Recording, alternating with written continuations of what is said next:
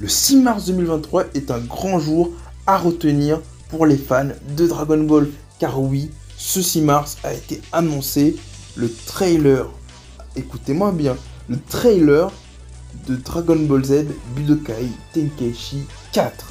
Alors oui, une annonce assez inattendue et assez surprenante, tant bien même que moi, quand il a été annoncé, au tout départ, parce que moi je l'avais vu sur une chaîne random, je croyais que c'était une vanne, je croyais que c'était soit un fake, soit justement que c'était une cinématique du Game Battle Hour. En fait, au tout début, je n'avais pas compris que c'était tout simplement l'annonce d'un nouveau Dragon Ball Z Budokai Tenkaichi 4. C'est à quel point vous dire qu'ensuite, quand j'ai vu, je crois, le trailer de Jeux Vidéo Magazine, ou je sais plus comment ça s'appelle, et bah c'est là que j'ai réalisé que c'était Tenkaichi 4. Et j'ai été comme un fou, j'étais comme un dingue, j'étais limite possédé. Hein, on va le dire, j'étais possédé à l'annonce de ce Tenkaichi 4. Je n'en croyais pas mes mots, c'était incroyable, tout simplement incroyable. Bon, maintenant il est temps de donner un peu mes premières impressions sur ce trailer. Alors nous voyons, on débute tout simplement ce trailer avec les anciennes images de Dragon Ball Z Tenkaichi 1, 2 et 3, qui est au Japon plus communément appelé Dragon Ball Z Sparking Neo et Sparking Meteor. Voilà.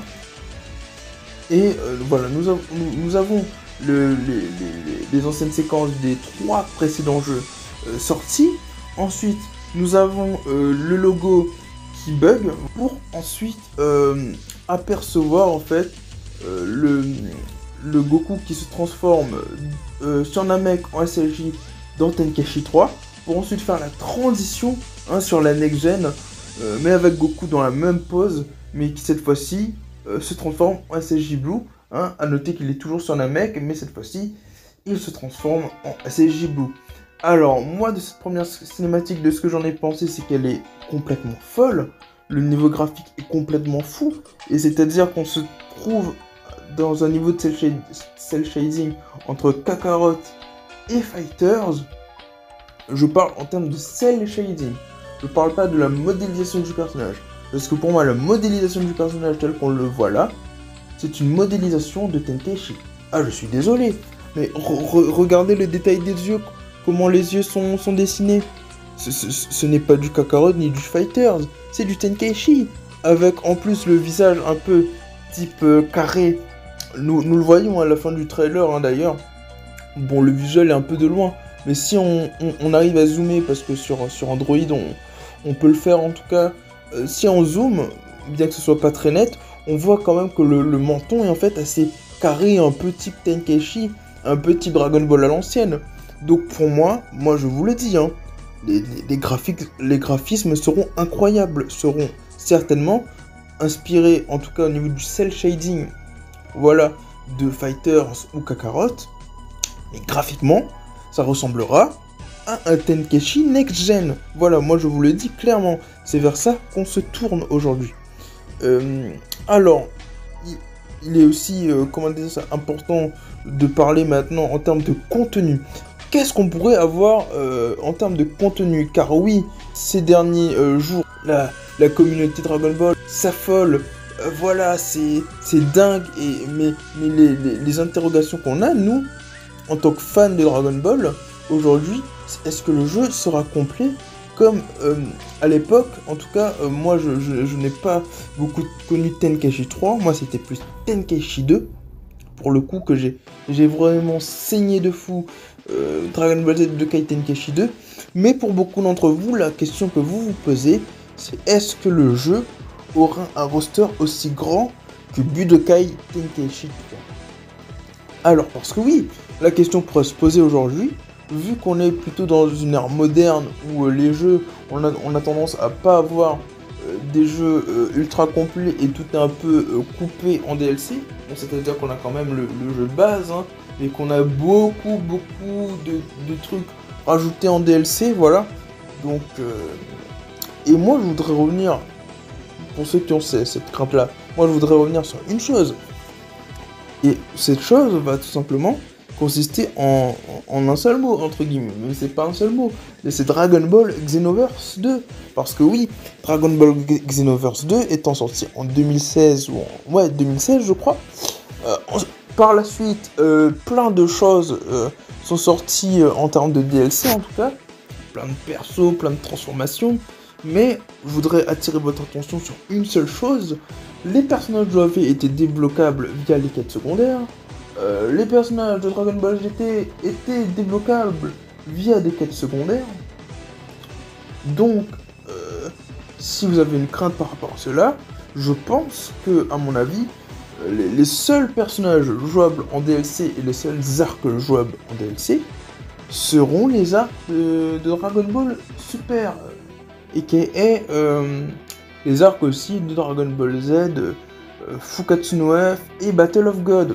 Alors oui, pour ceux étant hypés par Dragon Ball Super, c'est très dommage, parce qu'ils devront passer à la caisse pour avoir le SSJ Blue, le SSJ God, Kaioken Blue, j'ai totalement bugué le nom, le SSJ Blue Kaioken, le Ultra Instinct et tout le team.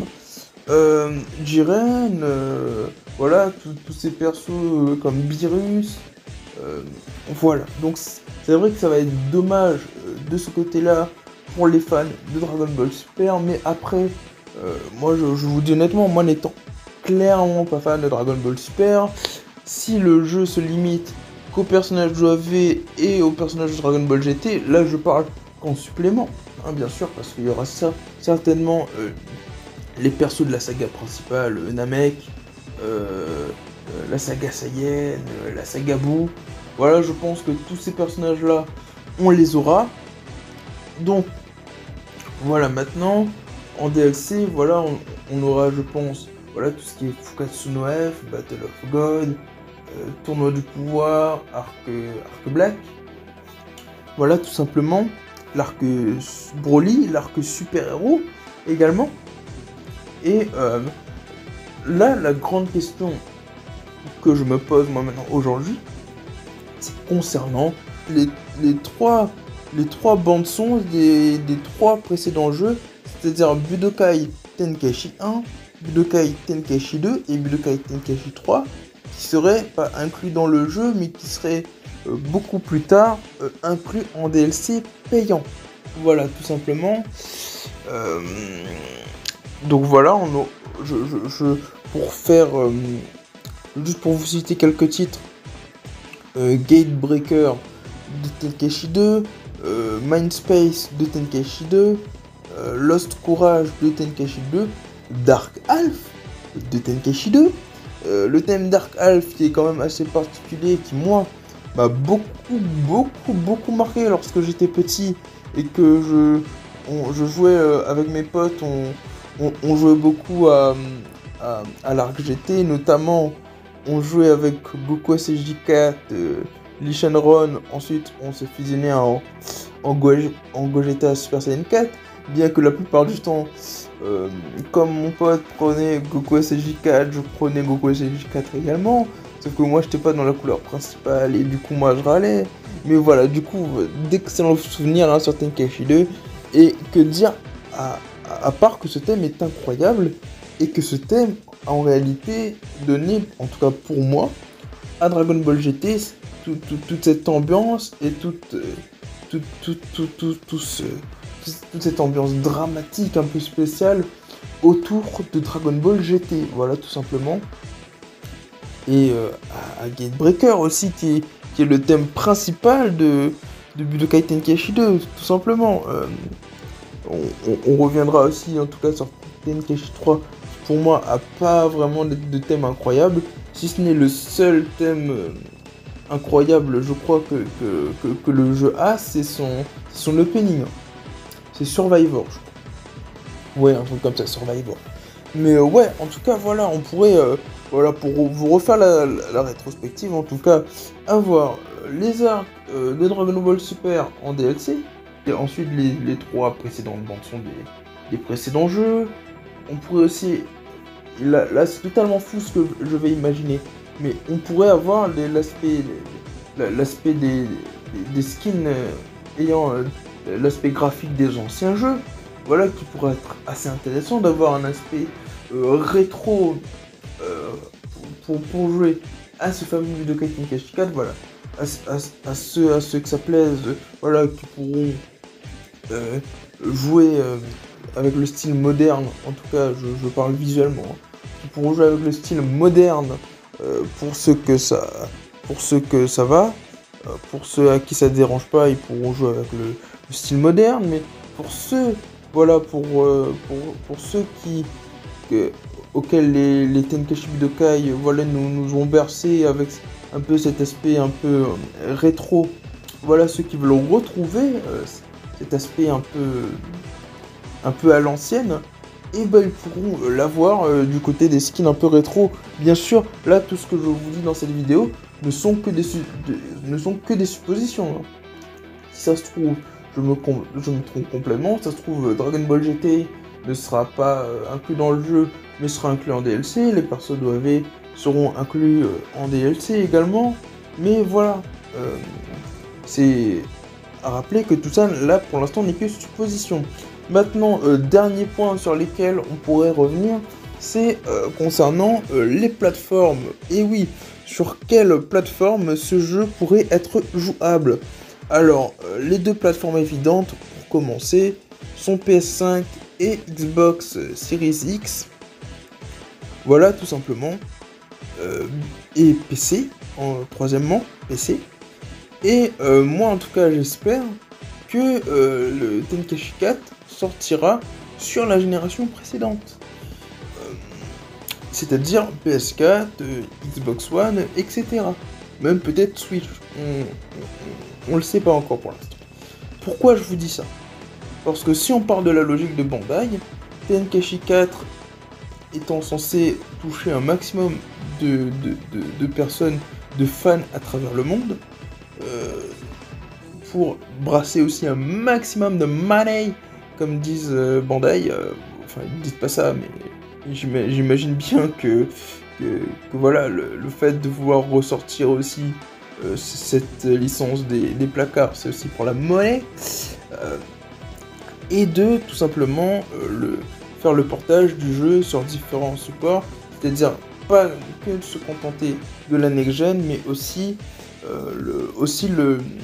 faire un portage sur la old-gen, c'est-à-dire la PS4, voilà, la Xbox One, et vous avez compris le délire. Moi, personnellement, ce que je pense, c'est que tout simplement, faut arrêter de dire ouais, mais ça peut brider l'aspect graphique du jeu. Alors, je suis désolé, hein, mais moi, Fighters, PS4 et PS5, vous voyez une différence, vous? Kakarot PS4 et PS5, vous voyez une différence, vous? Je ne crois pas que la différence est très notable.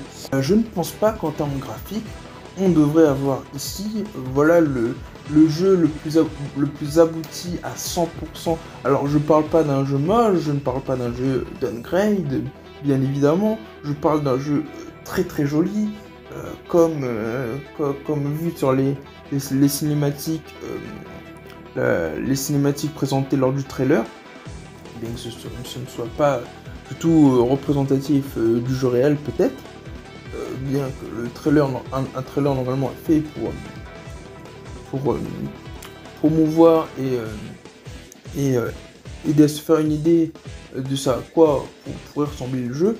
Donc oui, non mais moi je ne vois pas clairement